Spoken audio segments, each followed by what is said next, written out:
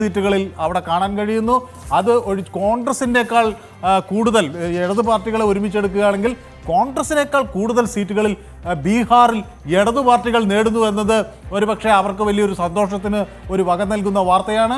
JDU നേരം കോൺഗ്രസിൻ്റെ the fall of Rahul Gandhi എന്ന് വേണമെങ്കിൽ ഈ ട്രെൻഡ് തുടരുകയാണെങ്കിൽ നമുക്ക് പറയേണ്ടി വരും. ഇടതു പാർട്ടികൾ അവിടെ മത്സരിച്ചത് 33 സീറ്റിലാണ്. അതിൽ CPI ML 20 സീറ്റുകളിൽ മത്സരിച്ചിരുന്നു. അവിടെയാണ് അവർക്ക് 7 സീറ്റിൽ ഇപ്പോൾ ലീഡ് നേടാൻ കഴിഞ്ഞിട്ടുള്ളത്. BJP 51, JDU 50, LJP 8 എന്നുള്ളതാണ് NDAയിലെ. BJPയിൽ 39 RJD.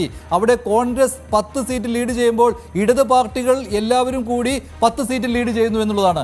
ML 7 സീറ്റിലും 2 സീറ്റിൽ CPM-ഉം 1 സീറ്റിൽ CPI-യും ലീഡ് ചെയ്യുന്നുണ്ട്. കോൺഗ്രസിനേക്കാൾ അവിടെ ഭേദം ഇപ്പോൾ ലീഡ് നിലയനുസരിച്ച് ഇടത് പാർട്ടികളാണ്. കാരണം ഇടത് പാർട്ടികൾ 33 സീറ്റേ അവർക്ക് മത്സരിക്കാൻ കിട്ടിയിരുന്നുള്ളൂ. പക്ഷേ കോൺഗ്രസിന് 62 സീറ്റുകളാണ് മത്സരിക്കാൻ കിട്ടിയത്. അവിടെയാണ് കോൺഗ്രസ് ഇപ്പോൾ വെറും 10 സീറ്റിൽ ചെയ്യുന്നത്. NDAയിൽ ഇപ്പോഴും BJP ആണ് കൂടുതൽ സീറ്റുകൾ 51.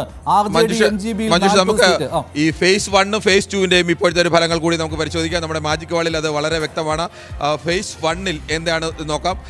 ആദ്യ ഘട്ടത്തിൽ വോട്ടെടുപ്പ് നടന്ന സ്ഥലമാണ് ഇത് 1 എന്ന് പറയുന്നത്. പൂർണ്ണമായും ഈ മേഖലയിൽ NDA 54 സീറ്റ് നേടുമ്പോൾ ഇന്ത്യ സഖ്യം 32 സീറ്റുകളാണ്.